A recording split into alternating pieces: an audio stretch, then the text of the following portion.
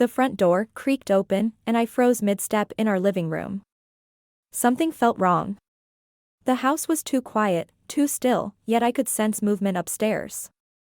Alex's car wasn't in the driveway when I pulled up, but his keys sat on the entry table, along with an unfamiliar pink purse. I'm Nadia, and this was the moment my carefully constructed life began to splinter. Hushed voices drifted down from our bedroom. I recognized Alex's low murmur, followed by a feminine sob that definitely wasn't mine. My heels clicked against each step as I climbed the stairs, each sound echoing like a countdown. The bedroom door was ajar.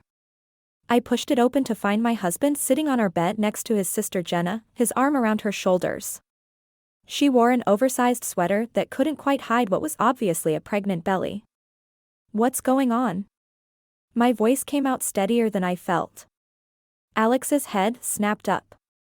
"Nadia, you're home early." "Clearly." I remained in the doorway, my hand still on the doorknob. "Would someone like to explain why you're both in our bedroom at 2 in the afternoon?" Jenna wiped her eyes with the back of her hand, smearing her mascara further. "I'm sorry, I didn't know where else to go." "We need to talk," Alex said, standing up. "It's actually good you're here now. We can discuss this together." "Discuss what exactly?" "Jenna's pregnant." He gestured unnecessarily at his sister's obvious condition. "She's not in a position to raise a baby right now, with her social media career taking off and everything." The pieces clicked together in my mind before he even finished speaking. My stomach turned to ice. "No." The word came out sharp and final. "Just hear me out," Alex pleaded. "We've been trying for years, and Jenna needs our help. It's perfect timing, really." "Perfect timing?" I laughed, but there was no humor in it. "You want us to adopt your sister's baby without even discussing it with me first?" Jenna stood up, one hand resting on her stomach. "I know it's a lot to ask, but you and Alex would be amazing parents. And I'd still get to be in the baby's life, but without the responsibility I finished for her. Just like everything else in your life, Jenna. You make the mess, and everyone else cleans it up." "That's not fair," Alex cut in. "She's trying to do the right thing." "The right thing?" My voice rose. "The right thing would have been using birth control. The right thing would have been talking to your wife before making life-altering decisions about our future." "I didn't plan this," Jenna protested, fresh tears spilling down her cheeks. "You never plan anything. That's the problem." I turned to Alex. "And you enable her every single time. She's my sister. And I'm your wife. Or did you forget that part?" The silence that followed was deafening. Alex looked between us, his face twisted with indecision. But I already knew which way he would lean. He always chose Jenna. "We can make this work," he said finally. "Think about it, we'd finally have the family we've always wanted. The family you want is one where your sister can dump her responsibilities on us and still play mommy when it's convenient?" I shook my head. "That's not the family I signed up for. Nadia, please. I need some air." I backed out of the room, my hands shaking. "Don't follow me." I made it halfway down the stairs before the tears started, but I refused to let them hear me cry. The pink purse still sat on the entry table, taunting me. I grabbed my keys and walked out, slamming the door behind me. In the driveway, I sat in my car, gripping the steering wheel until my knuckles turned white. My phone buzzed with Alex's name on the screen. I declined the call and started the engine. This wasn't just about a baby. This was about years of watching Jenna manipulate her way through life while everyone scrambled to catch her when she fell. But this time, I wouldn't be there to help pick up the pieces.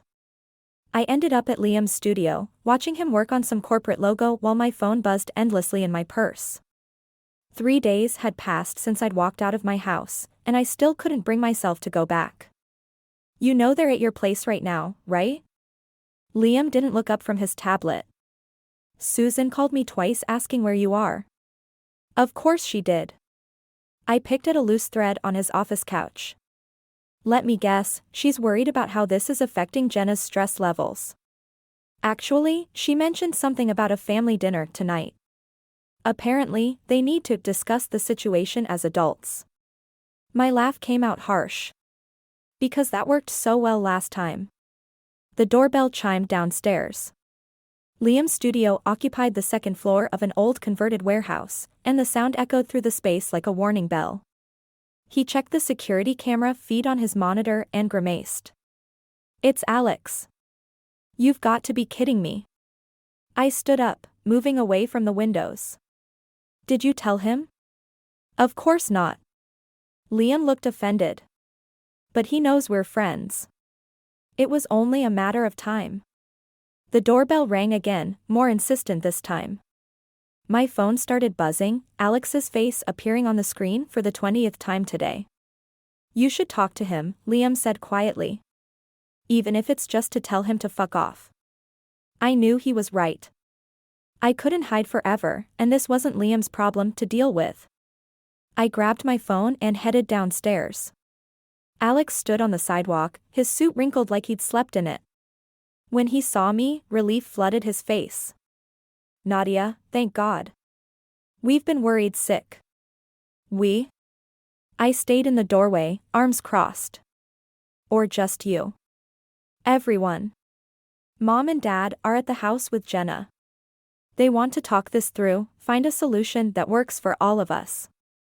There is no solution that works for all of us, Alex.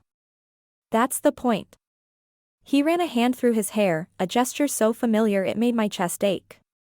Can we at least discuss this? You disappeared for 3 days. No calls, no messages. I didn't even know if you were safe. I needed space to think. Something I wasn't getting at home with your sister crying in our bedroom and your parents showing up unannounced with baby catalogs. They're just trying to help. Help who? I stepped onto the sidewalk, anger finally breaking through my exhaustion. Help Jenna avoid responsibility again? Help you play the perfect son? Because it sure as hell isn't helping me. That's not fair. We're family. No, Alex. Jenna is your family. I'm just the wife who's supposed to clean up after her messes. A couple walked past us, quickly averting their eyes from our clearly private argument. Alex lowered his voice. Come home. Please. We can work this out. Like we worked it out when Jenna crashed our honeymoon because she was having a crisis? Or when she borrowed $10,000 from our savings without asking. When does it end? She's different now. The baby changes everything. I stared at him, really looked at him for the first time in days. The man I married was still there, but he was buried under layers of obligation and guilt that I couldn't penetrate. You're right. The baby does change everything. I took a deep breath. Which is why I'm not coming back until you and your family understand that I won't be part of this plan. Nadia. No. I mean it, Alex. Either you start setting boundaries with Jenna, or I let the sentence hang unfinished between us. His phone buzzed, probably Jenna or his mother wondering where he was. He glanced at it automatically, and in that simple gesture, I saw our entire future. I have to go, he said, already backing away. But this conversation isn't over. Yes, it is. I turned back toward the building. You just don't know it yet. I waited until his car pulled away before letting the tears fall. Behind me, I heard Liam's footsteps on the stairs. You okay? No. I wiped my eyes. But I will be. The notification popped up while I was reviewing project timelines at work. A social media alert I'd set up weeks ago to track Jenna's online presence. What I saw made my coffee turn bitter in my mouth. There she was, perfectly posed in our guest room, now apparently her content creation space, surrounded by unopened baby gifts. The caption read, "So blessed to have an amazing family supporting my journey into motherhood. Sometimes the universe has other plans for us. #blessed. #pregnancy. #new chapter. My fingers trembled as I scrolled through the comments. Her followers gushed about how brave she was, how inspiring her story would be. None of them knew she planned to hand off her baby like a used handbag. Nadia? My assistant knocked on my office door. The Miller account team is waiting in the conference room. Cancel it. I grabbed my purse. Family emergency. I drove to our house, my house, knowing Alex would be at work. The spare key was still under the potted plant, exactly where we'd always kept it. Inside, evidence of Jenna's takeover was everywhere, makeup scattered across the coffee table, pregnancy books piled on the kitchen counter. A tripod set up in front of the bay window. Upstairs, the guest room door was open. I stepped inside and froze. The walls were freshly painted a soft yellow. A white crib stood half-assembled in the corner. Our wedding photo, which had hung above the bed for 5 years, was gone, replaced by a collage of Jenna's ultrasound pictures. My phone buzzed. A text from Alex, "Where are you? Mom says your car's in the driveway." I ignored it and opened Jenna's laptop, still sitting open on the desk. Her email was already logged in. 20 minutes of searching revealed everything I needed: correspondence with brands about sponsored pregnancy content, a draft blog post about her e-adoption journey, and most damning, messages to 3 different men about child support. The front door opened downstairs. Nadia? I quickly forwarded the relevant emails to myself, then closed the laptop. Susan appeared in the doorway, shopping bags in hand. "What are you doing here?" Her tone was sharp, protective. "I live here." Or did everyone forget that? Jenna needs a safe space right now. Your attitude isn't helping. I laughed. Her safe space is my house. With my husband. Using my life as content for her followers. She's family. And I'm what? The incubator stand-in? I held up my phone, showing her Jenna's latest post. Did you know she's been messaging multiple men about this baby? Or that she's already signed contracts to document the adoption journey? Susan's face paled. You had no right to go through her private information. Like she had no right to move into my home and take over my life? Heavy footsteps thundered up the stairs. Alex appeared, breathing hard like he'd run from his office. What's going on? He looked between us. Mom called saying you were here acting crazy. Show him, I said to Susan. Show him what his perfect sister is really planning. Nadia, stop. No, you stop. I turned to Alex. Your sister is playing all of you. She's monetizing this whole situation. The baby, the adoption, our marriage, it's all content for her followers. That's ridiculous, he started, but I was already pulling up the emails on my phone. Read them yourself. 3 different men think they're the father. She's negotiating child support with all of them while planning to give the baby to us. Alex's face went through a series of emotions: disbelief, anger, confusion. But when Susan put a hand on his arm, I saw the moment he chose denial again. You shouldn't have invaded her privacy, he said quietly. Something inside me snapped. That's what you focus on? Not the lies? Not the manipulation? She's pregnant and vulnerable. She's pregnant and scamming everyone. I shoved past them both, heading for the stairs. But you know what? Keep enabling her. Keep pretending she's the victim. Just don't expect me to stick around and watch. Where are you going? Alex called after me. To find a divorce lawyer, I said, not looking back. Consider this my official exit from the Jenna show. The door slammed behind me with a finality that felt like freedom. The divorce lawyer's office felt too small, too warm. I spread the emails across her desk while she read through them, her expression carefully neutral. Outside, rain pelted against the windows, matching my mood. These messages definitely show a pattern of deception, she said finally. But they also reveal something else you should see. She turned her monitor toward me, showing a banking website.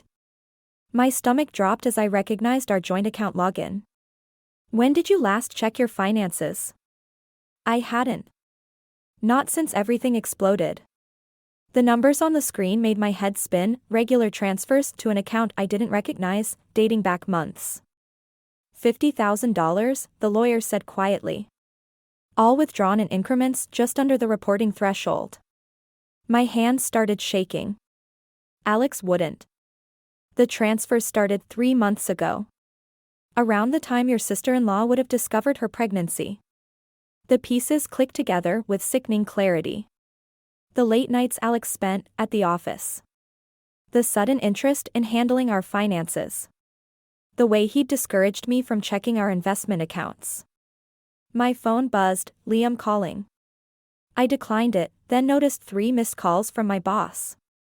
Before I could check the messages, another call came through. Unknown number. Mrs. Henderson? A man's voice I didn't recognize. This is Detective Morris. We're trying to reach you regarding some suspicious financial activity. The lawyer quickly took the phone. This is Caroline Webb, Mrs. Henderson's attorney. Any questions can be directed to my office. She ended the call and looked at me gravely. We need to freeze those accounts immediately. And Nadia? There's something else you should know. She pulled up a real estate listing on her computer. My house, our house, listed for sale. The posting was only an hour old. He can't do that, I whispered. We both own. Check the date on this power of attorney document. I stared at the paper she handed me. My signature looked perfect. Too perfect. The date was from last month, when I'd been at a conference in Seattle. It's forged, I said numbly. Most likely. And very well done. They've been planning this for months. My phone buzzed again, Liam. This time I answered. Turn on the news, he said without preamble. Channel 8. Now. The lawyer found the station on her office TV. Jenna's face filled the screen, tears streaming perfectly down her cheeks as she stood outside my house. The caption read, Local influencer reveals family betrayal. When I discovered my sister-in-law had been embezzling from our family business, Jenna was saying. I had to come forward. The stress isn't good for the baby, but sometimes doing the right thing means making hard choices. Family business? I choked out. We don't have a. Keep watching, Liam said grimly. The camera panned to show Walter and Susan standing supportively behind Jenna. Alex stepped forward, looking appropriately concerned in his best courtroom suit. We've filed charges, he told the reporter. The evidence is clear. We just want this resolved quickly, for Jenna's sake and the baby's. The lawyer muted the TV. When did you send those emails to yourself from your sister-in-law's computer? Yesterday. Why? Using your work email? Yes, the realization hit me. They were waiting for it. They needed me to access her computer. To support claims you were stealing information. Combined with the forged financial documents they've likely prepared. She started typing rapidly on her computer. We need to move fast. They're trying to destroy your credibility before you can expose their scheme. My phone lit up with messages, colleagues, friends, even my parents. The story was spreading. What do we do? My voice sounded distant to my own ears. We fight back, she said firmly. But first, we need to get ahead of this. They're not just trying to take your money, Nadia. They're trying to take your whole life. I watched Jenna cry perfectly on mute, Alex's supportive hand on her shoulder, and felt something cold and hard crystallize in my chest. Then let's take theirs instead. The baby's cry pierced through the house like a knife. I stood frozen in our bedroom doorway, staring at the bassinet that hadn't been there when I left for work this morning. Alex sat in the reading chair, cradling a tiny bundle while Jenna hovered nearby, phone in hand. What is this? My voice came out barely above a whisper. She came early, Alex said, not looking up from the baby. We couldn't reach you. Couldn't reach, I pulled out my phone, showing the screen. No calls. No messages. Jenna stepped forward, her camera clearly recording. We tried everything. But you've been so unstable lately, maybe it's better you weren't there. The room spun slightly. 3 days. I'd been gone from the house for 3 days, dealing with lawyers and damage control, and they'd managed to completely rewrite reality. Get that camera out of my face. I moved toward Alex and the baby. How dare you bring? Don't come closer.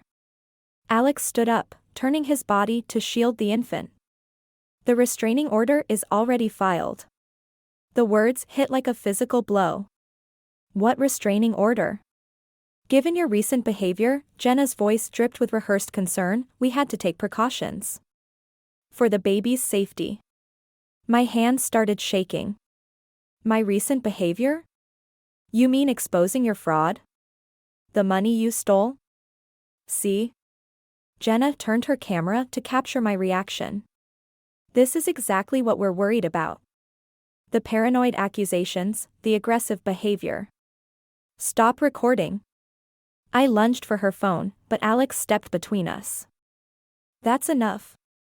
His lawyer voice, the one he used in court. This is exactly why we needed the order. You're out of control. I'm out of control? I laughed, the sound bordering on hysterical.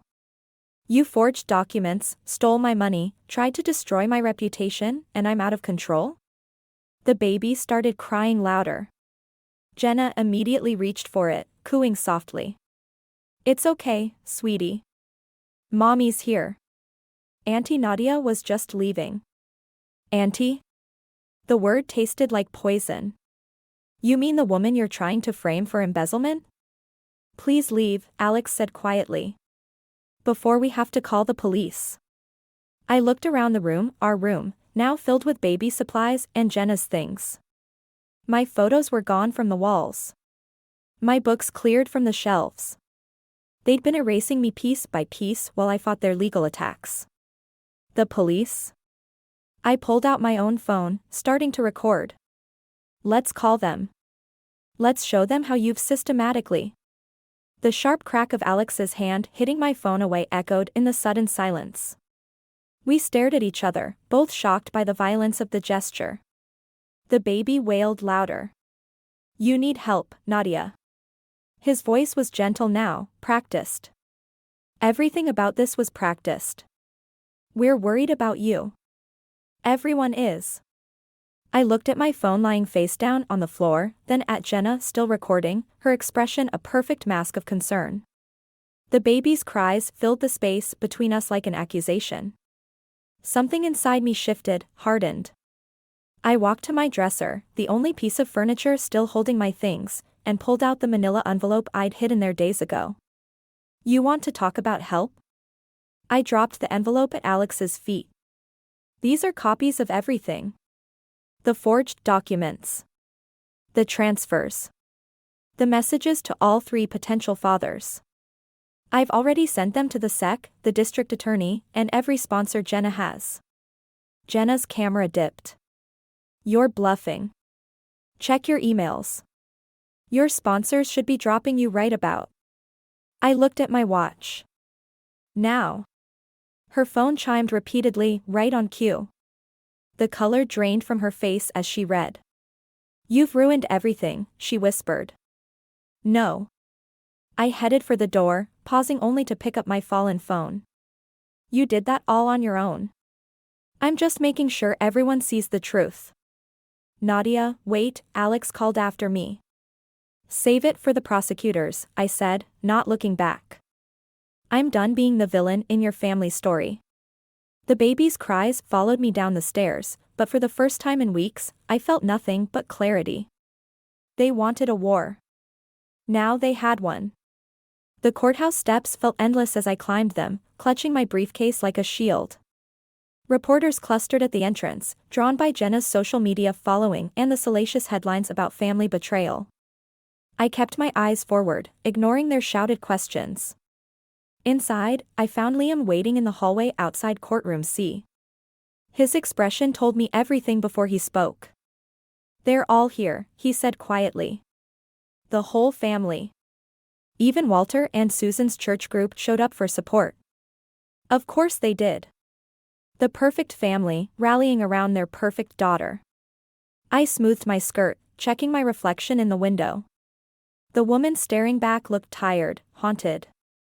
The second investigator is running late, my lawyer whispered as we entered. But the evidence. Her voice trailed off as we saw them. Alex's family occupied the first 2 rows, a solid wall of disapproval. Jenna sat between her parents, one hand protectively over her stomach, the other clutching her mother's arm. The baby was conspicuously absent, their final manipulation. Alex stood as we approached, his lawyer's mask firmly in place.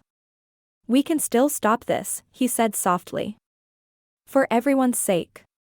"Like you stopped the media campaign against me? Or the freeze on my accounts? You brought this on yourself." Before I could respond, the bailiff called for order. The judge entered, not our usual judge, I noticed. Alex's slight smile confirmed my suspicion, they'd managed to get the case reassigned. The next hour passed in a blur of legal terminology and character assassination. Alex's lawyer painted me as unstable, obsessed, a danger to their family. My attorney tried to present the financial evidence. But the judge seemed more interested in Jenna's tearful testimony about my erratic behavior and threatening presence. "Your Honor," my lawyer protested, "the bank records clearly show." "What they show," Alex's lawyer interrupted, "is my client protecting family assets from someone clearly intent on revenge. We have dozens of witnesses who can testify to Mrs. Henderson's declining mental state." Declining mental, I started to stand, but Liam's hand on my arm stopped me. The judge peered over his glasses. "Mrs. Henderson, are you prepared to undergo a psychiatric evaluation?" The room tilted slightly. "What?" "Given the serious nature of your accusations and the documented pattern of behavior, I'm inclined to order a full evaluation before proceeding." "But the evidence will be considered after we've established your competency to bring these charges." I looked around the courtroom, at all the faces I once considered family. Susan dabbed at her eyes with a handkerchief. Walter shook his head sadly. Jenna leaned against Alex, the perfect picture of a sister seeking protection. Furthermore, the judge continued, "I'm extending the temporary restraining order.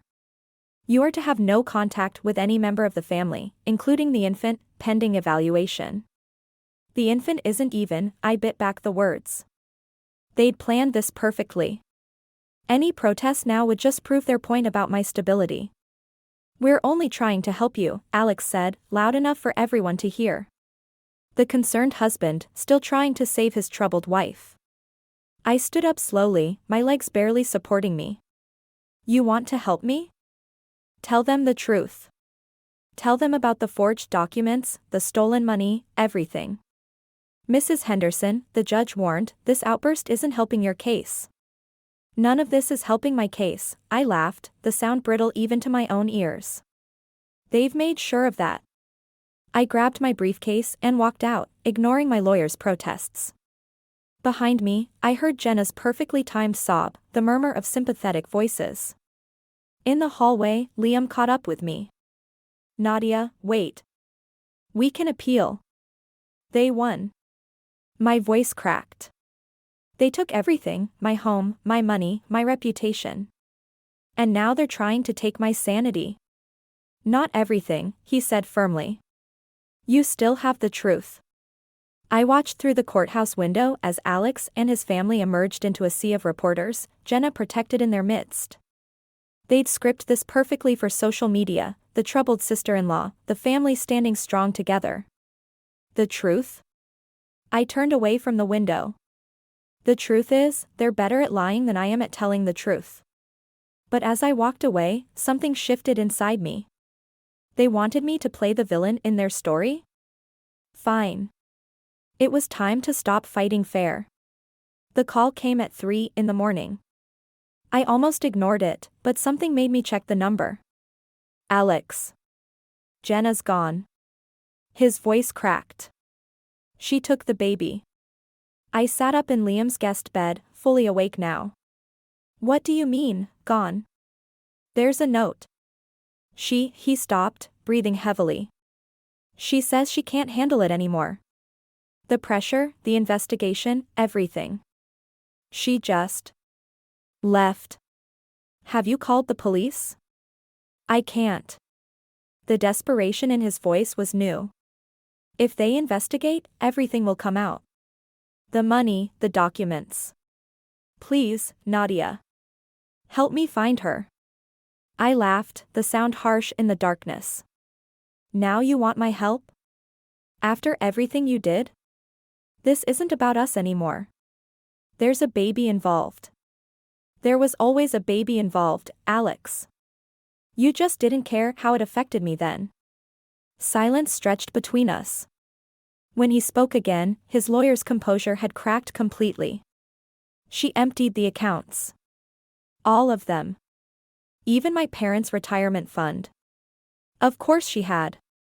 I'd seen the pattern in her emails, the slow drain of resources from everyone around her. But they'd been too busy protecting her to notice. Please, he whispered. You're the only one who saw through her. You must have some idea. I do. I got up, moving to the window. The city lights blurred through the glass. I know exactly where she is. Tell me. No. The word felt like freedom. I'll tell the SEC investigators. And the police. And every reporter who called me unstable and obsessed. Nadia, don't. You know what's funny? I pressed my forehead against the cool glass. I actually felt guilty about gathering evidence against her. About exposing your perfect family's lies. But you never felt guilty about destroying me, did you? A notification popped up on my phone, a new post from one of Jenna's backup social media accounts. The one her family didn't know about, but I'd been monitoring for weeks. Check her Instagram, I said. The real one, not the public account. I heard him typing, then a sharp intake of breath. There she was, posed on a beach somewhere, cocktail in hand. No baby in sight. This can't be real. It's dated 2 days ago. Before she supposedly gave birth? I smiled into the darkness. Amazing what a fake pregnancy belly and borrowed baby can accomplish, isn't it? Your sister's quite the content creator. But I saw the baby. Did you? Or did you see what she wanted you to see? Check the birth certificate. The hospital records. Actually check them this time, instead of just believing whatever she told you. His breathing had turned ragged. Why are you doing this? I'm not doing anything. I'm just finally letting the truth do what it does best, destroy lies. If you go public with this, you'll what? Declare me mentally unstable again? Good luck with that. The SEC has everything now, including evidence of how you helped her forge documents and hide money. Your law license won't survive that, Alex. A sound somewhere between a laugh and a sob came through the phone. You planned this. You knew she'd run. No. I just knew who she really was, while you were all too busy protecting her to see it. I moved away from the window. The police will be at your house in about 20 minutes. I'd suggest having your parents there too. Make it a real family reunion. Nadia, wait. I ended the call and blocked his number. Outside, sirens wailed in the distance, getting closer. My phone lit up with notifications as Jenna's deception started trending online. Her followers were already turning on her, sharing screenshots of her contradicting posts, exposing more lies. Liam appeared in the doorway, concern etched on his face. You okay? No. I handed him my phone, showing him the chaos unfolding on social media. But I will be. What happens now? I watched the first police car turn onto the street below, heading toward Alex's house. Toward the perfectly crafted life that was about to shatter. Now they learn what it feels like to lose everything. The sirens grew louder, their wail a symphony of justice finally being served. The news alert popped up during my morning coffee. Social media influencer arrested in Bali, investment fraud scheme exposed. I swiped it away. But another quickly replaced it. Prominent attorney faces disbarment hearing. Liam set a moving box on my new kitchen counter. You sure you don't want to watch any of it? I lived it. I handed him a coffee. The aftermath is someone else's story. My phone buzzed, Susan's number. I'd blocked everyone else, but kept hers, waiting for this moment. When I answered, her voice was smaller than I remembered. Walter had a heart attack. The words hung in the air between us. I waited. The stress, the publicity, everything with Jenna. She paused. He's stable, but Alex won't visit. Says he can't face his father after everything. What do you want from me, Susan? I don't know. A quiet sob. To apologize? To understand how we got here? We were supposed to be family. Family doesn't try to destroy each other. We thought we were protecting her. No. I watched steam rise from my coffee. You were protecting yourselves. Your image. Your perfect family story. Jenna was just the excuse. Another pause, longer this time. The investigators found the trust fund papers. The ones from before your wedding. Alex never told you, did he? My hand tightened on the mug. What trust fund? The one Walter and I set up for your future children. The one Jenna emptied 6 months ago. The coffee turned to acid in my stomach. More lies, more betrayals, stretching back further than I'd imagined. Why are you telling me this now? Because you deserved better. Her voice cracked. And because I need to know, did you know where she was all along? Could you have stopped this sooner? I thought about the screenshots I'd gathered, the evidence I'd waited to release until exactly the right moment. About revenge served cold and calculated, just like they taught me. Would you have believed me if I tried? Her silence was answer enough. Goodbye, Susan. I ended the call before she could respond. Liam watched me from across the counter. You okay? Actually, yes.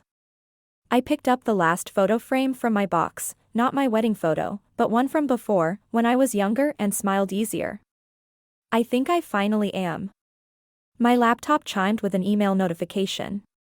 The SEC wanted another statement, more evidence. Below that, a message from my lawyer about the civil suit against Alex's firm. The system that had once been used against me was now working in my favor, grinding slowly toward justice. You never told me, Liam said carefully. Did you really know where Jenna was the whole time? I walked to my new apartment's window, looking out at a view that wasn't haunted by memories. I knew who she was. The rest was just waiting for everyone else to see it too. And Alex? Will spend the rest of his life wondering if he could have prevented it all by just listening to me once. I turned back to the kitchen. To the future I was building. Some revenge is better served by walking away and letting karma do its job. My phone buzzed one last time, a text from an unknown number. A photo of Jenna in handcuffs, being led from a luxury resort. Below it, 2 words from my lawyer, worth waiting? I deleted the message without responding. The satisfaction I'd expected to feel was there, but it was different now, not the hot rush of revenge, but the quiet certainty of justice served. Help me hang this? I held up the old photo, the one of my younger self. Liam grabbed a hammer from the toolbox. Where do you want it? I pointed to the wall facing my bed, where it would be the first thing I'd see each morning. Not as a reminder of what I'd lost or what I'd done, but of who I'd been before, and could be again. Right here, I said. Where I can see myself clearly. The hammer struck the nail, the sound sharp and final, in the quiet apartment. Like a period at the end of a very long sentence.